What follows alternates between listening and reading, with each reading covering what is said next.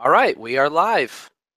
Here we go with episode 4 of Fantasy Football, question mark, with Charles Barr, more than a casual fan, and John Chapman, brainchild, fantasy football extraordinaire.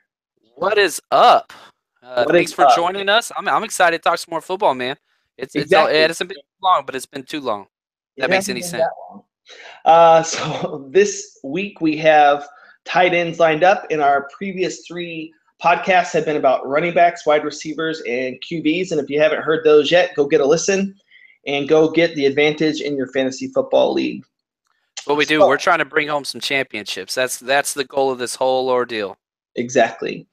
And for any new listeners, we have a tiered based approach, and that's where we're going to start today. John, let's start right off the bat and take us through your top 12 guys in the Okay, so I have category. the top 12 tight ends broken up into 3 separate tiers. I have my elite guys at the top, and if you get these guys, they're game changers. And we'll talk a little bit later about when to get them. Just because they're elite doesn't mean you want to go grab them in round 1. You're going to see some people do that, and that's okay. But you don't want to be one of those people. But my top 4 guys, these are head and shoulders above everybody else. Starting off with number 1, which is we're going to talk about later, is Travis Kelce.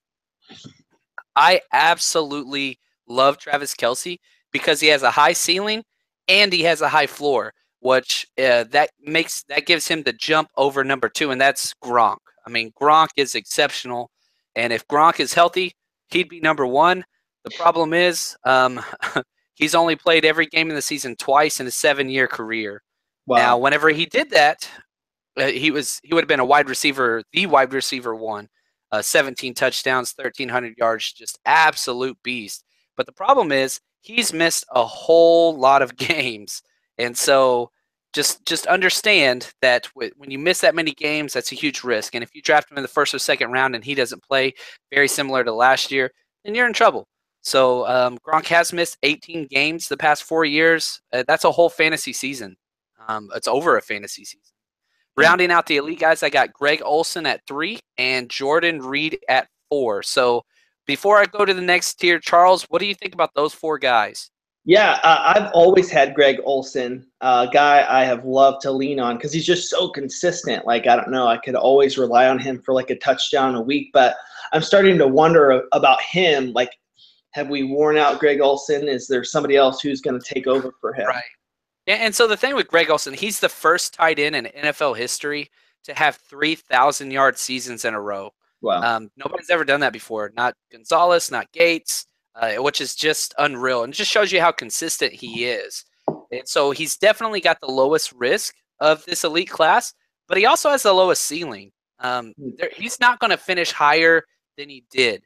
He was the number 2 last year, but not by a lot. And so I don't think that he's going to be the guy that's going to be the tight end 1, but he's going to be in the top 6 for sure. What do you Yeah, think about Jordan Reed, man?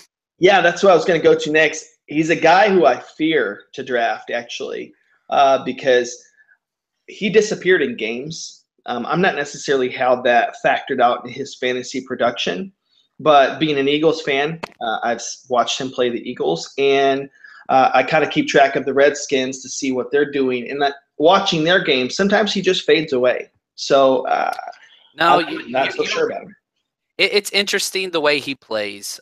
He's almost missed as many games as Gronk. He's missed 17 in the last 4 years.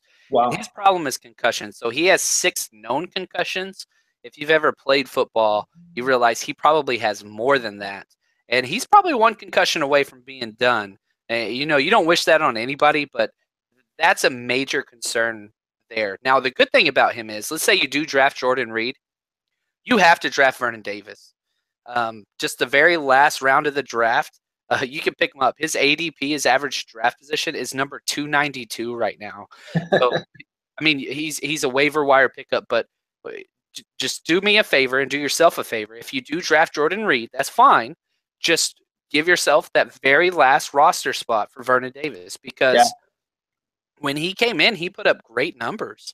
Yeah. So just understand that offense does go through him, and he will be productive as long as he's healthy. It's just him and Gronk. You're biting your nails because who knows if this is their last game? They just Yeah. missed too much. So I'm going to actually dive into, we'll take a break away from the tier, that elite section. I have an attack on Titans right now. Titans, sorry. Attack on Titan. Attack on Attack on Titan. the Titans. Yeah. So every year for the past 5 years, there's been a steady decline. I went back and did a little bit of research in tight ends, but last year was especially low. The highest score was Travis Kelce at 138 for standard scoring. Right. So For this is non 2000, PPR, so standard.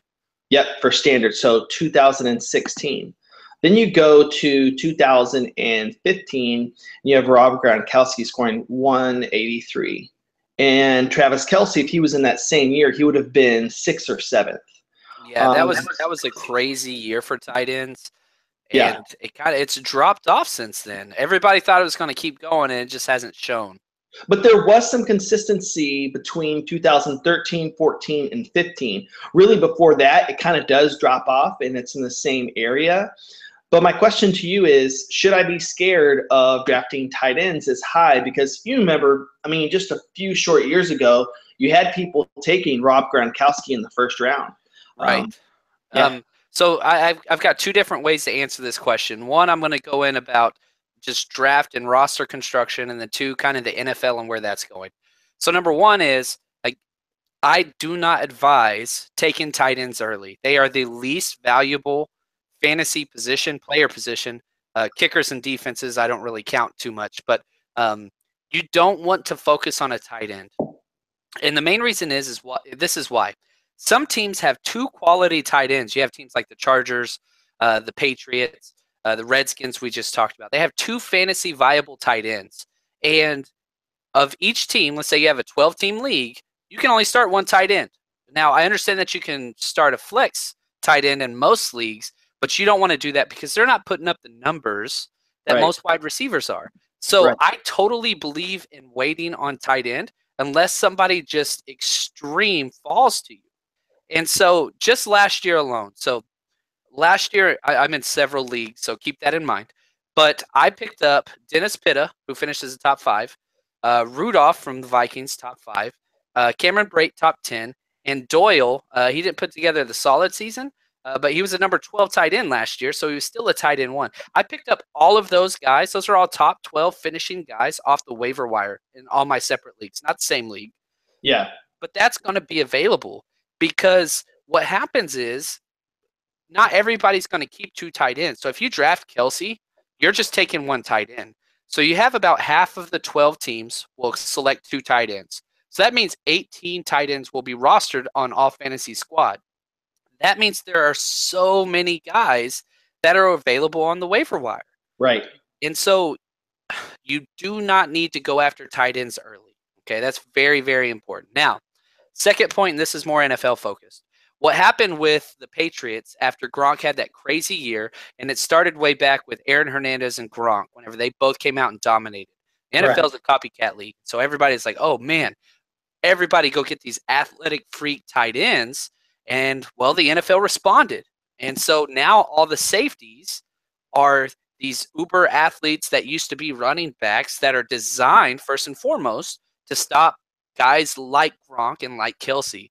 And so the NFL has caught up a little bit. And so there's so many hybrid safeties like Honey Badger or Deon Buchanan, stuff like that. And so that's what's changed is it started to catch up. I have a trivia question for you. Ready? Oh, I'm excited. Give me the tight end with the most targets from last year. Ooh, I know this answer. I want to say Pitta off the top of my head. I'd say Pitta or Olsen. You're really close. You just named the number 2 and the number 3 guy, but not the number 1. Who's number 1? You don't want to take another crack? I think it's somewhere off the wall. Like, I'd say Rudolph, maybe? Nailed it. Boom. So I got the top 3? Nailed it. You got the top 3. I'm going to challenge you further. Here we go. Okay, let's go.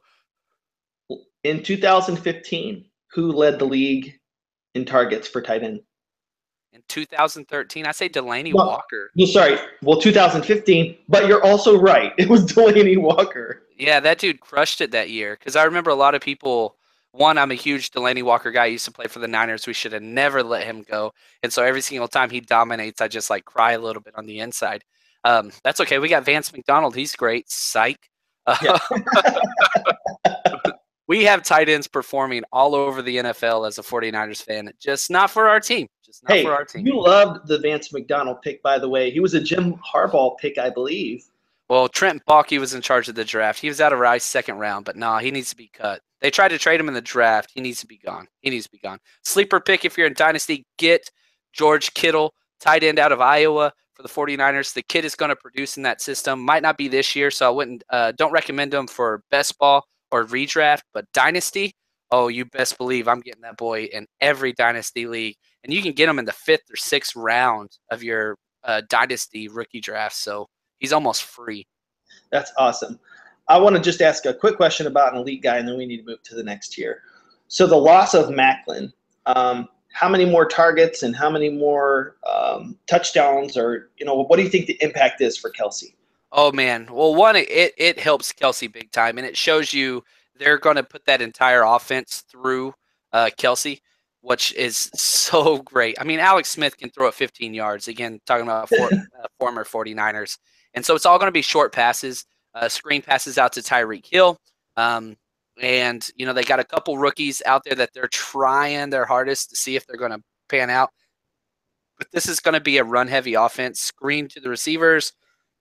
Kelsey's going to be the deep game, and that he's going to get targets out the wazoo. I think his target share is going to go up. He had a lot last year.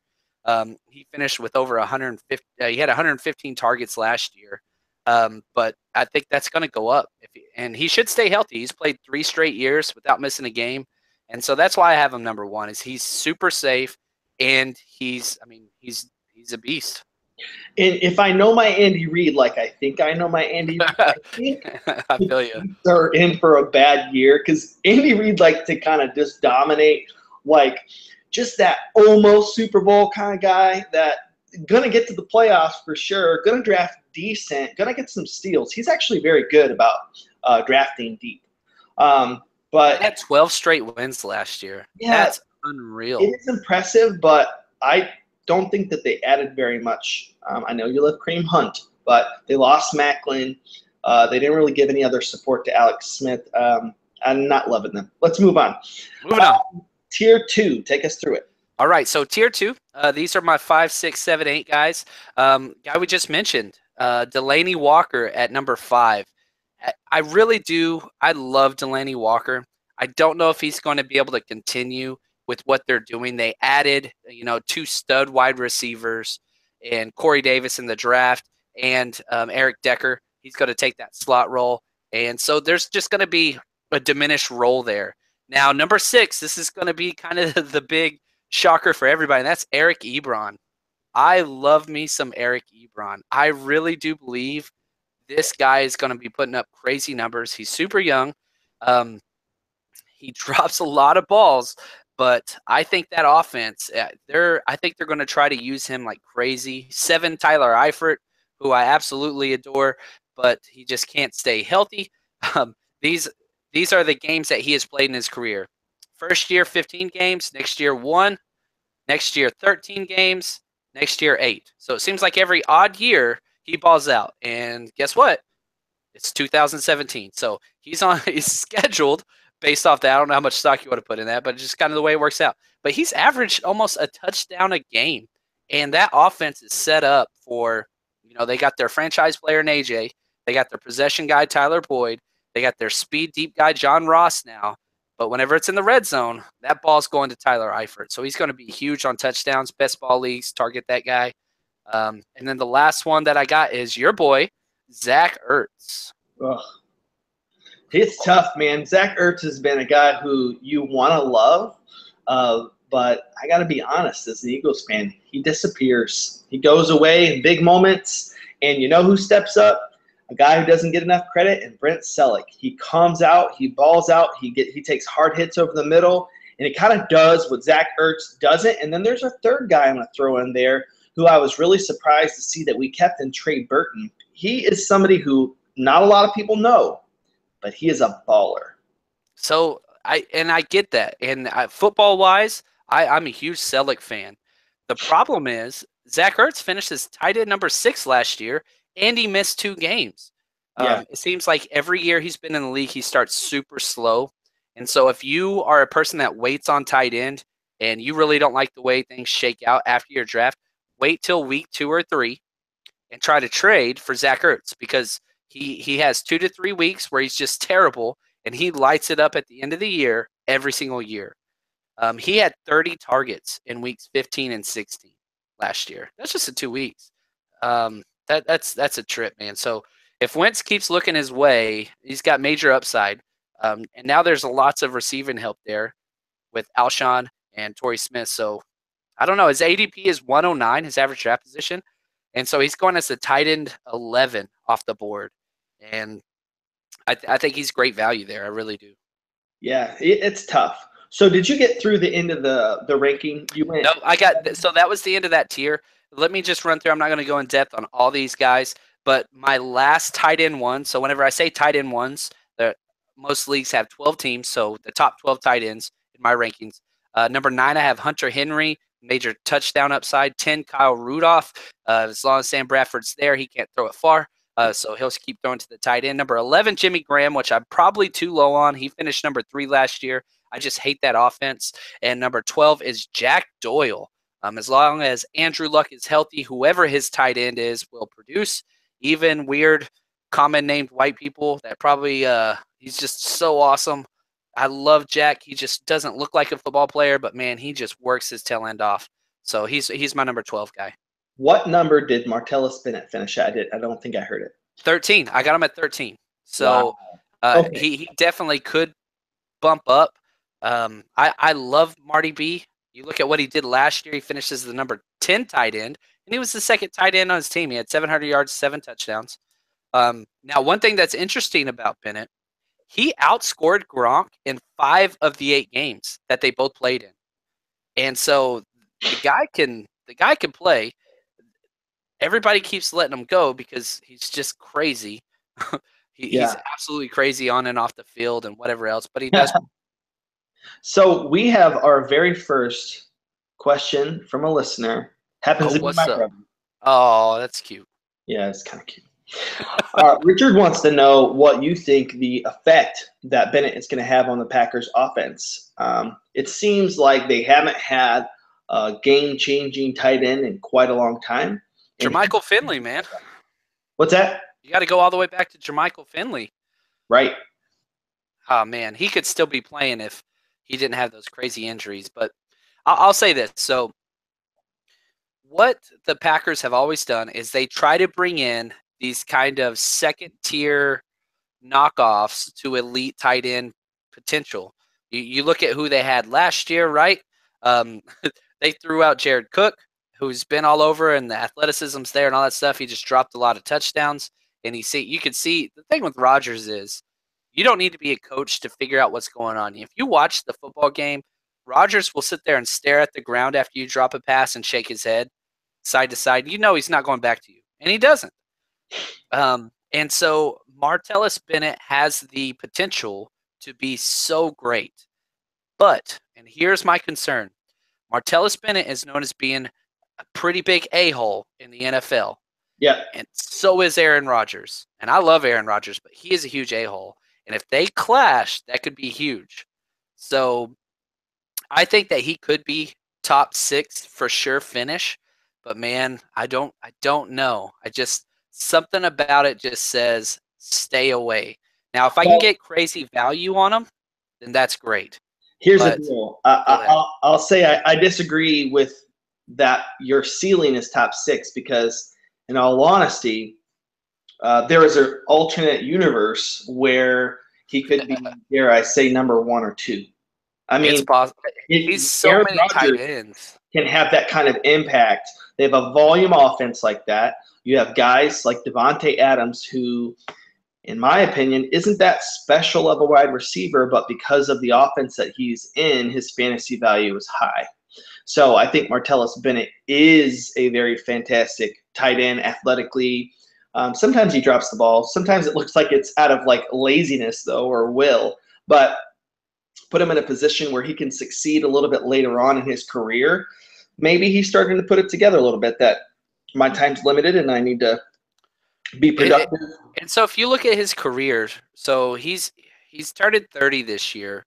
Now last year he had his second highest yards per reception, which is interesting. You know, how much of that's just New England, but he's never had over 6 touchdowns before last year.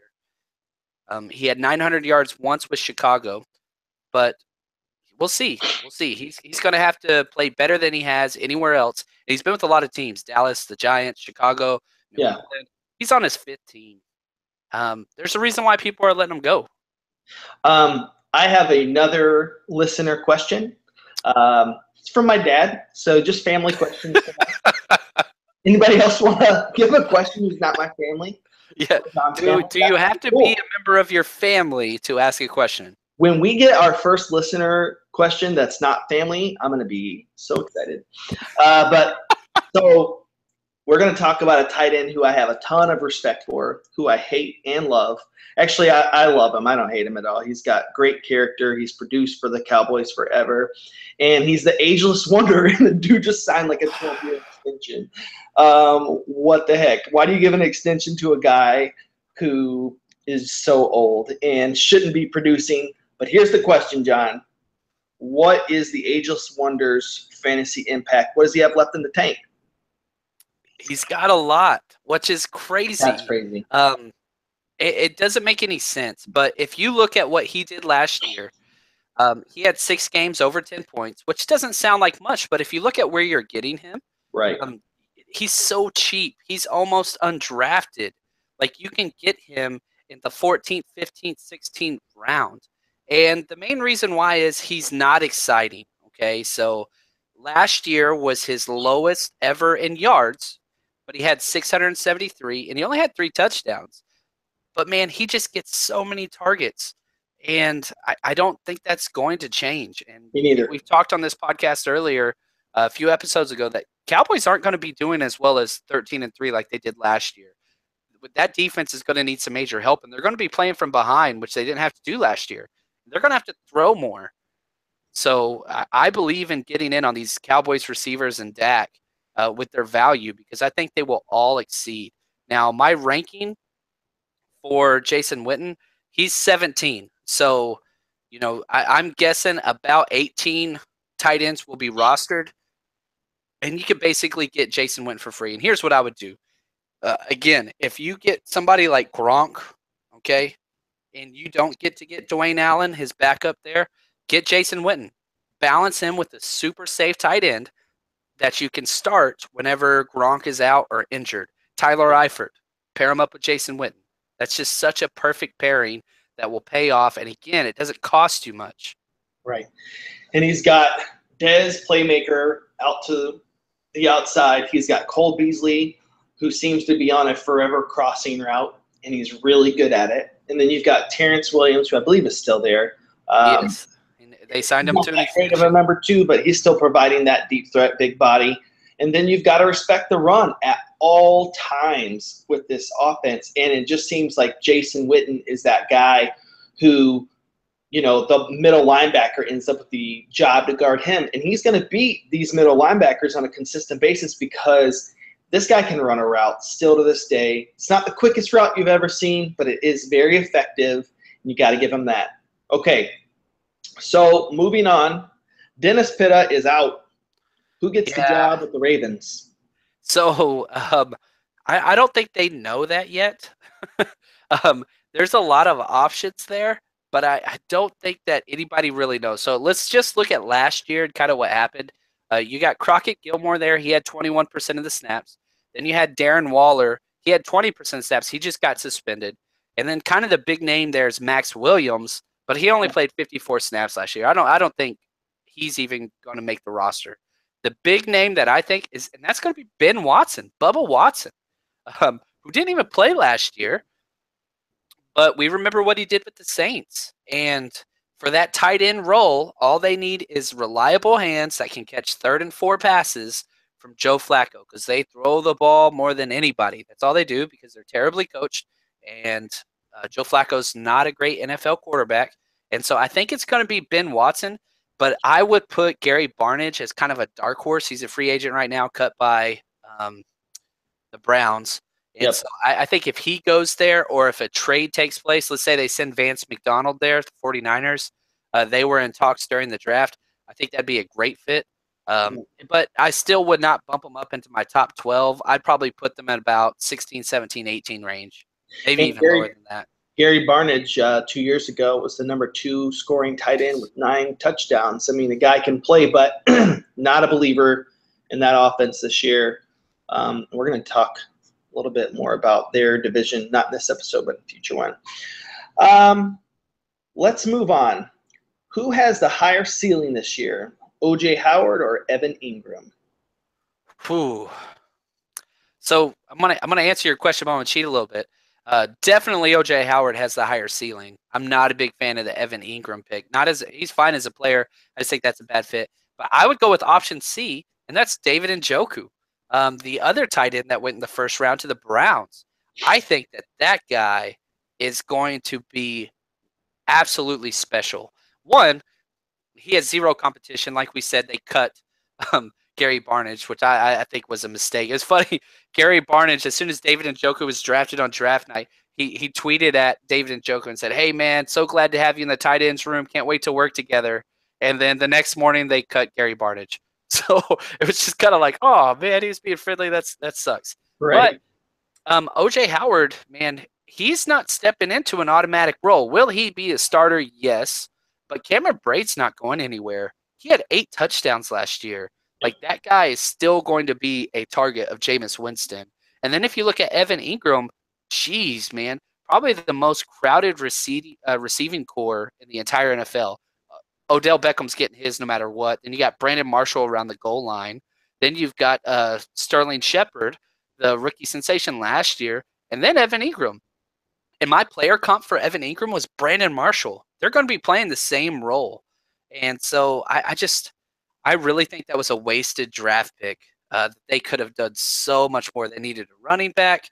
Not a big believer in Paul Perkins. I do like Wayne Gallman there, though. I do think that he will get some playing time, especially in Dynasty. Go grab that guy. But I think Ingram was a terrible pick.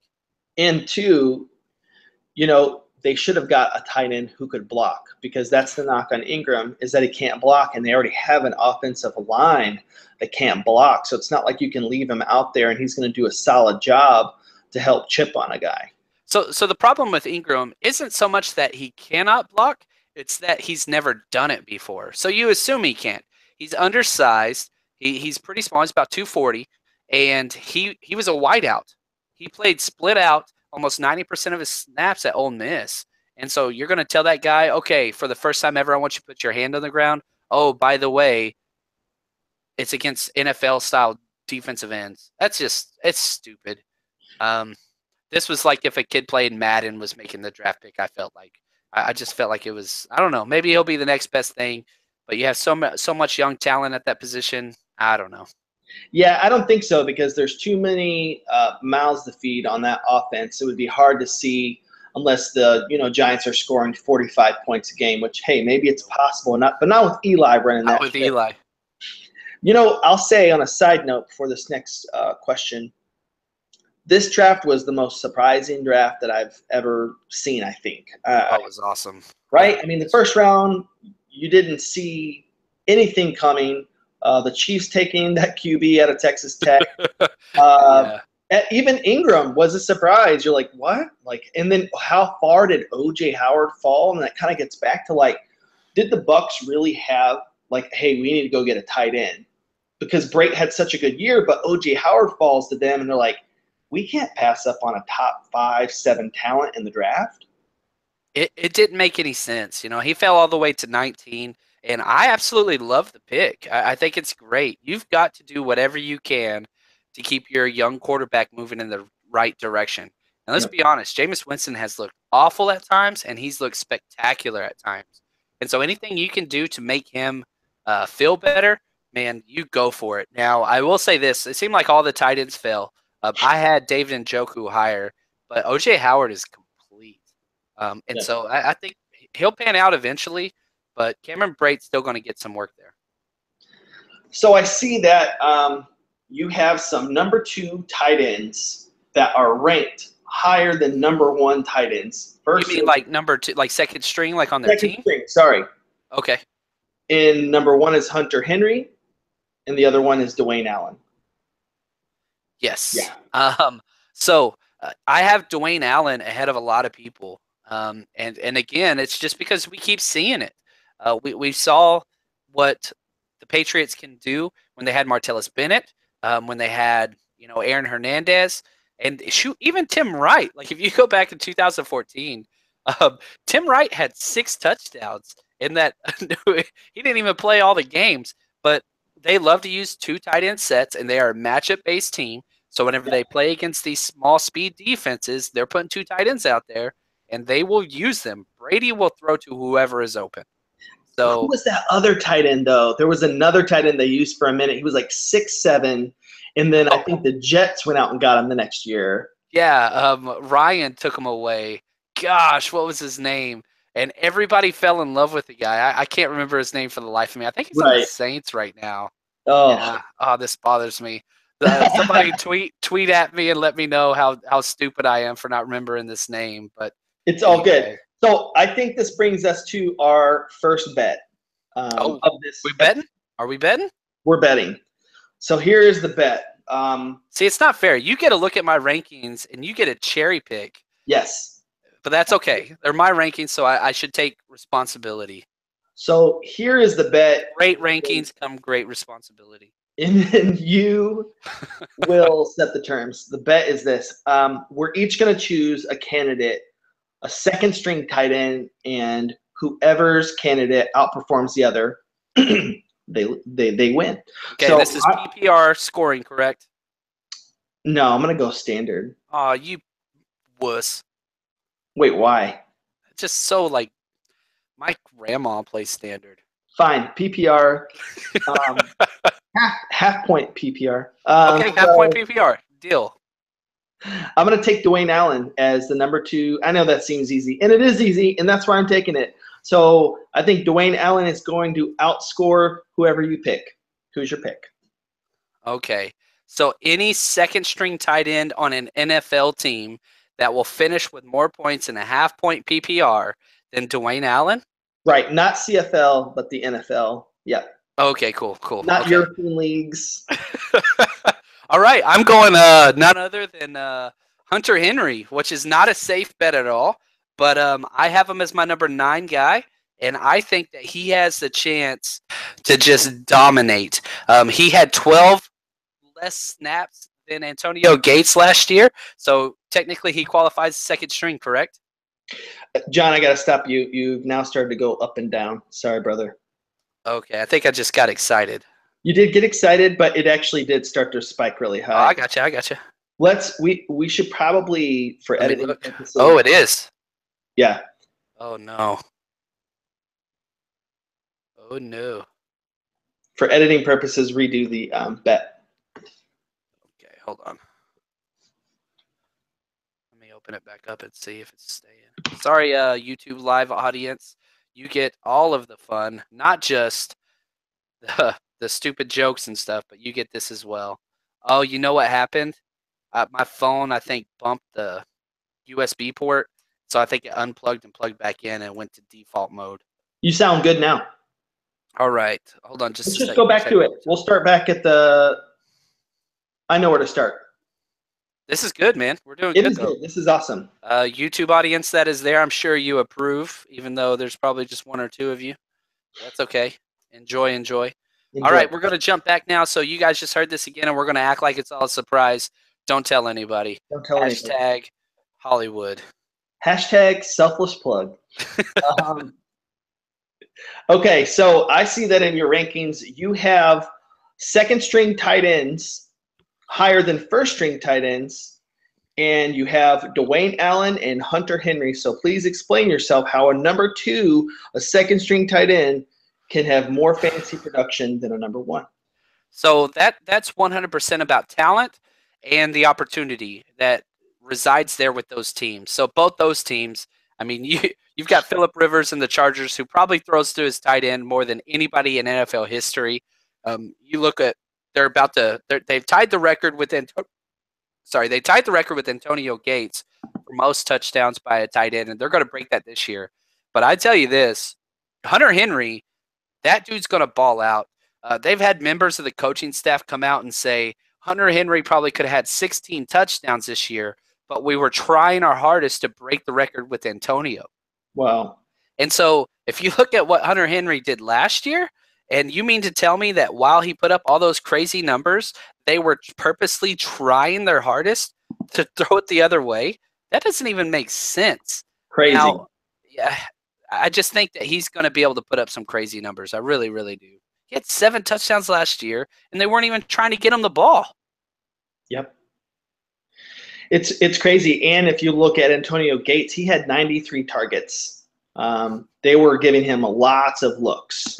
That's going to go down, and it's going to swing the opposite way. Now, you talked about Dwayne Allen, and the main reason with him is the Patriots have done it so many times. You look at what Martellus Bennett did last year. He finishes the number 10 tight end. They had Tim Wright in 2014 had 6 touchdowns. Tim effing Wright, 6 touchdowns. That's pretty impressive. And then not to mention Aaron Hernandez. So they've done it lots and lots of times, and so it's going to happen again. So I think this brings us to our bet for the episode, and here it goes. My bet is this. I'm going to choose a tight end, and you're going to choose a tight end, but they have to be a second-string tight end. And whoever tight end outscores the other, that person wins. So, but you're looking at my ranks, which is it's kind of cheating, but I'll take it. I'll take responsibility. Yeah, no. That's the way this show is set up. That's the structure, and use it to your advantage. That's right. So I'm going to choose Dwayne Allen and Tom Brady, who are going to be best buddies, and I'm going to look at like probably 7 or 8 touchdowns there. That's a bit high, but I like it. Marty did it last year with 7. So I'm taking Dwayne Allen. Who is your second-string tight end that you're going to take? Okay, let me look down, top down. So we talked about Hunter Henry. I could go him for sure. That's probably who I'm going to go. I could go Cameron Brate because I think he'll beat him with touchdowns, but not. You better play it safe. I'm going Hunter Henry. Okay. Yeah. I'm going Hunter Henry. I really think Hunter Henry is just going to light it up. And I like Dwayne Allen, and I've gotten him in a couple leagues already. But it's not going to happen. It's not going to happen. Check this out. So Antonio Gates had 93 targets. Hunter Henry had 53 targets. So, I mean, a vast, difference. Yep. But so if you look at snap counts, Hunter Henry only had 12 less snaps than Gates. So he truly is a number 2. But with only 53 targets, he put up 8 touchdowns. Whereas Gates had 93 targets, only put up 7. The all-time leader in touchdowns for tight ends, and he's doubling his numbers. Ooh. You mean to tell me if he doesn't get 70 targets, he ain't going to have 10 touchdowns? Right, and here, to back up your point even further, Hunter Henry's end score for fantasy football in standard was 93. Antonio Gates was 94. So he did that with 40 less targets. So he's definitely going to go up, and if you kind of play with the math a little bit, that puts him as a top 5 tight end. It's there. Yeah. I don't. The people in Dynasty are like trading first-round picks for him and stuff. I wouldn't go that far, but I do think that he will produce. I really, really do. Man, I love that bet. What is the term, sir, good sir? Okay, so we've done a food bet, we've done an alcohol bet, we've done an embarrassing bet. Let's go with about like a. Yep. I fucking hate to tell you this. Is it jumping up and down? Yeah. All right, let's see here. And it's doing it still. Yep, it jumped back up. What the fuck? Jump back up. Hold on. Shit. I'll fix this level, so let's don't. Can we start at just the wager? And I think you could probably edit that in. Fudge. Why is it doing that? I'm getting loud, though. That's a lot of it, too. No, I don't know if it is, man. Everything was like fine. You're still, I don't know. I don't know why it's changing now. All right, hold on. YouTube. How many people we got out there? Like probably my dad and my brother. Probably nobody else anymore. I think we lost them all. They're like,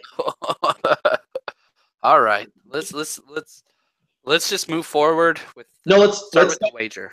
I got you. Ready? Yep.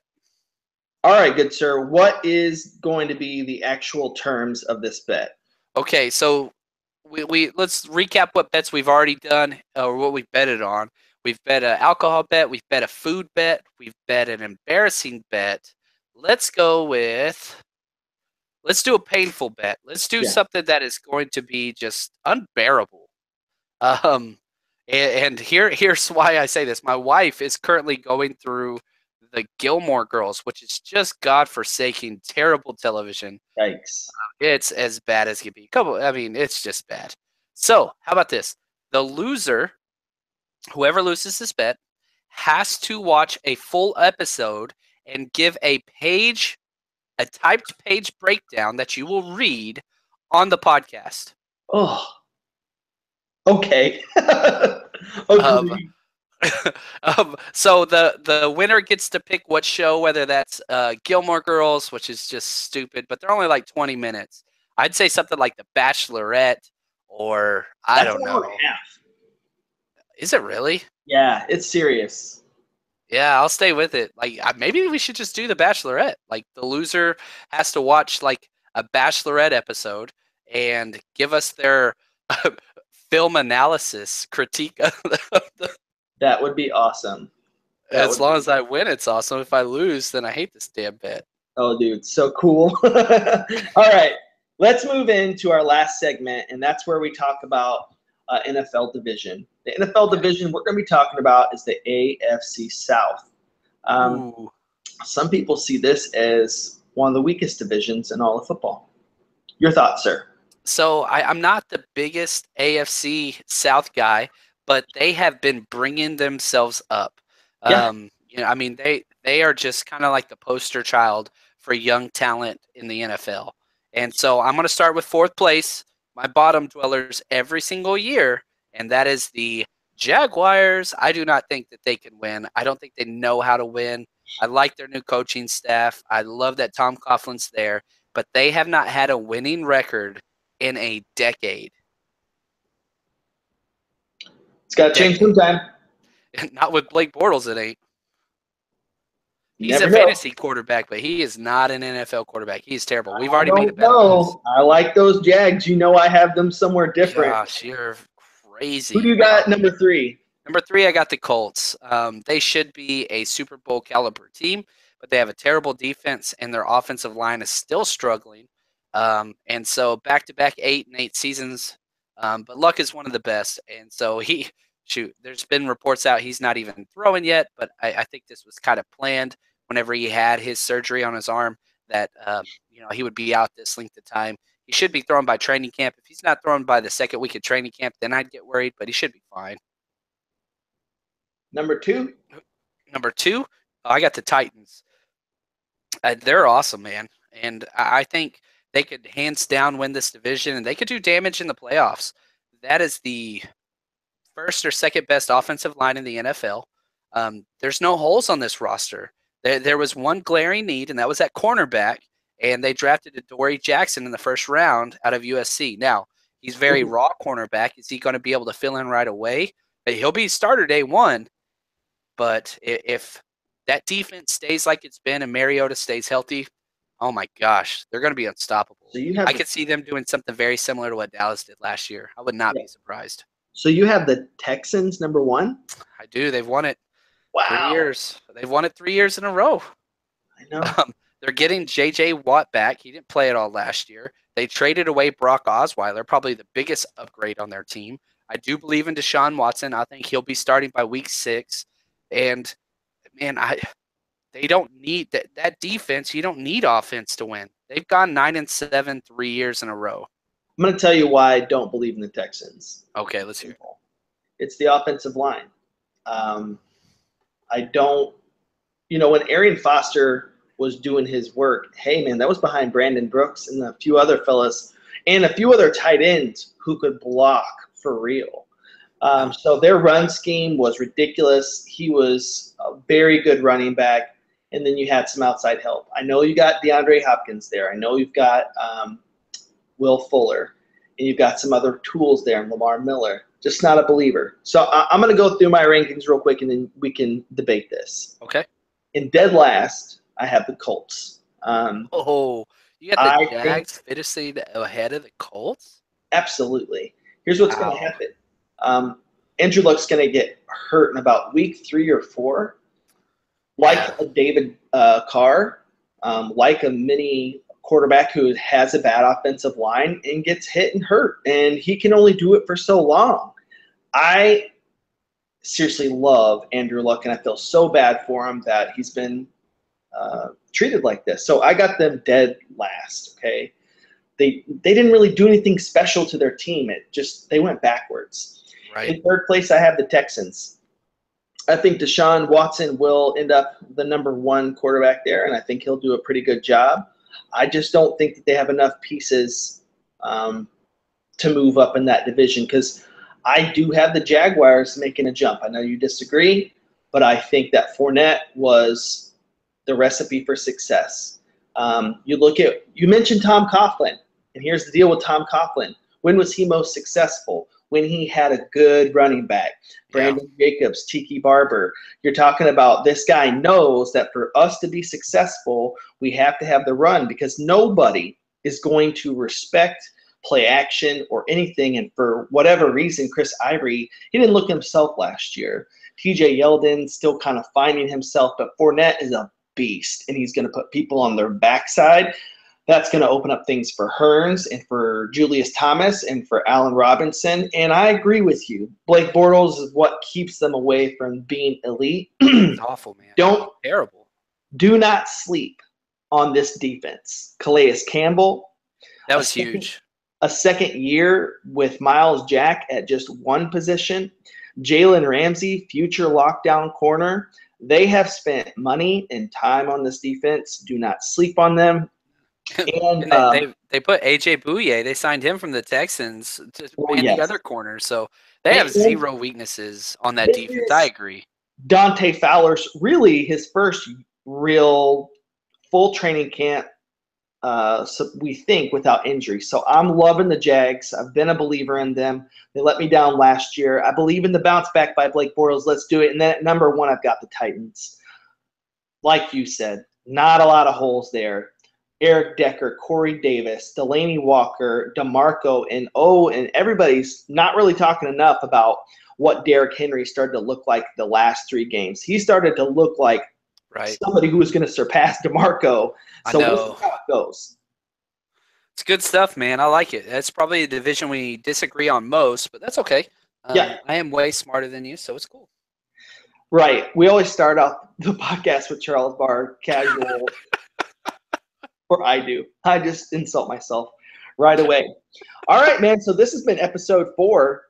Kudos to us. I think it's our best episode so far. I think we did a really good job this time. Nice. I feel good about it too. If you want to reach out, we need those questions from people that are not Charles Barr's family. Yes. And the way that you get those questions in is on Twitter.